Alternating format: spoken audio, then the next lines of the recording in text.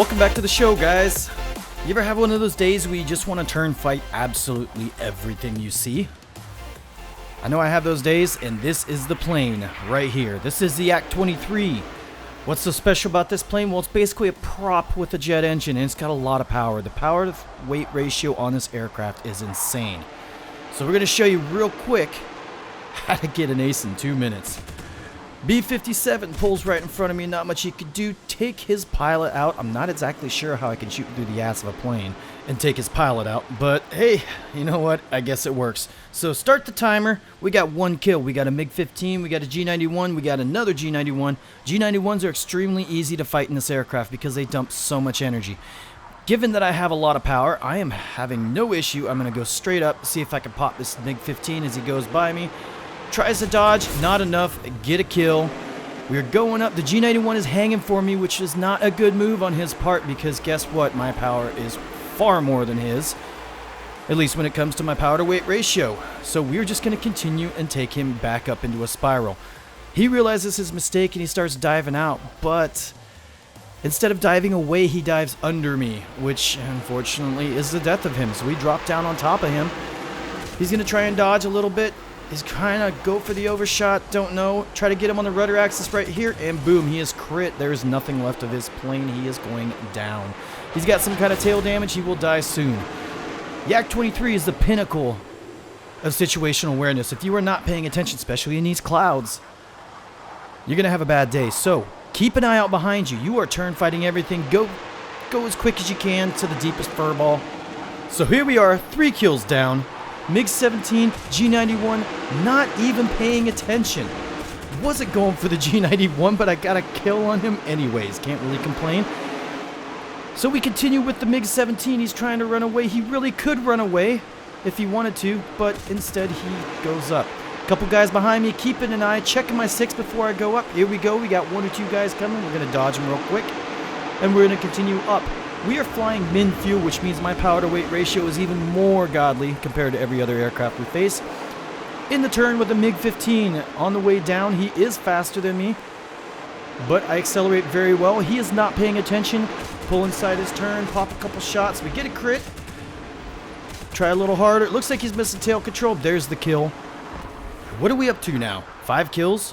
5 kills, just like that. Here comes the MiG-17 again. I'm going a little fast, so here's the downside of this aircraft. It does compress a little bit at high speed, so you see me chopping the throttle, but it's not enough. We go up, MiG-17 goes down.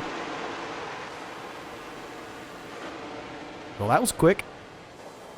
That was really quick. This last guy here, he's already crit. He's going down.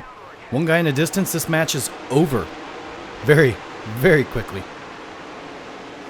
Don't underestimate this plane, guys. But there is one aircraft that can easily outturn this thing. Anybody want to guess what it is? I had this footage. I got it in between matches. I had to find a place to put it. Here you go, guys. Check this out. So you will not find me doing an entire video on the Canberra. I will give you guys clips here and there. I do not want to ruin this plane. I do not want to ruin a good thing because the Canberra B is a lot of fun. It can outturn the Yak-23, especially when you get it at low speeds. So that's my goal right here. I'm going just in a horizontal loop, and then as he gets close, I'm going to take him up. I'm going to pop these flaps, and I'm going to get him nice and slow. These slow speeds, I can easily turn with him. Very, very easily.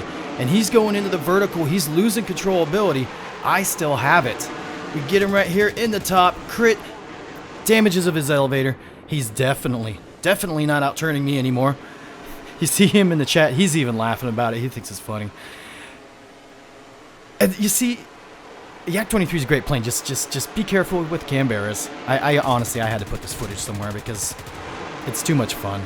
But yeah, so with tail damage, he's trying to outrun me, trying to dive away, but it's not gonna work. I turn inside him very easily, and I have 2,000 rounds of just spray, and he is gone. Yeah, enjoy it, guys. So back to the Yak-23 footage. So I took Ken Barbie out here. Ken's a really good guy if you haven't ever flown with him. He didn't really understand what I was talking about the Yak-23 because when we first saw the Yak-23, it was 7.7. It was stomping on everybody. When it went to 8.0 in the old meta of Sabres versus MiGs, people knew not to get slow. with the Yak23. Well, somewhere along the line, maybe it's because we have all these new players, I'm not sure, but people forgot to keep their speed. If you keep your speed against this aircraft, you're never going to have any issues fighting it. And at the same time, you're going to render the Yak23 useless. But look at this guy, he's air braking. He's air braking with a Yak23 behind him. He is so focused on one target that he has to get the kill. Now, I don't know if this is a fault of new players or the RP system, how people have troubles, you know, getting their... I don't know, but here we are. And this is what I'm talking about. You get the Yak23, you go min fuel. Now, it's not enough fuel, guys. I'm just going to warn you, it's not. That's why you go in, you find the biggest furball, and you just sit there and you turn with everybody, and you look like the meatiest target, but you're not. This guy's nice and slow. He was turning. I don't know if he sees me or not. Even if he did, he's screwed because he's too slow.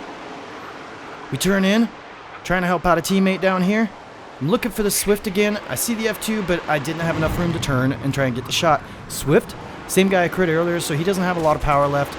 We get a hit on him, finally finish the kill. Just look at how fast this happens.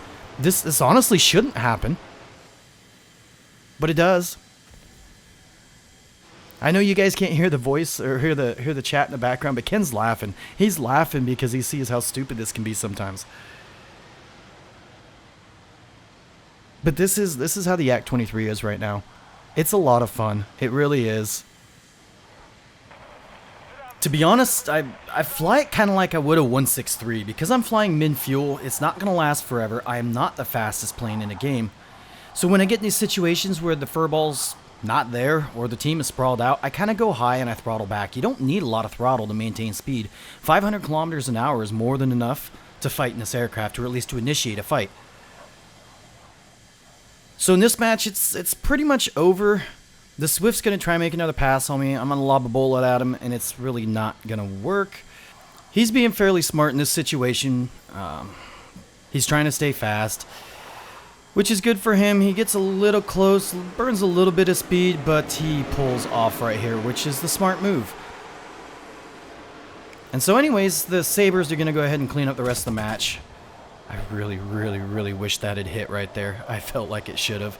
But like I said, this match is over. So let's move on to another one.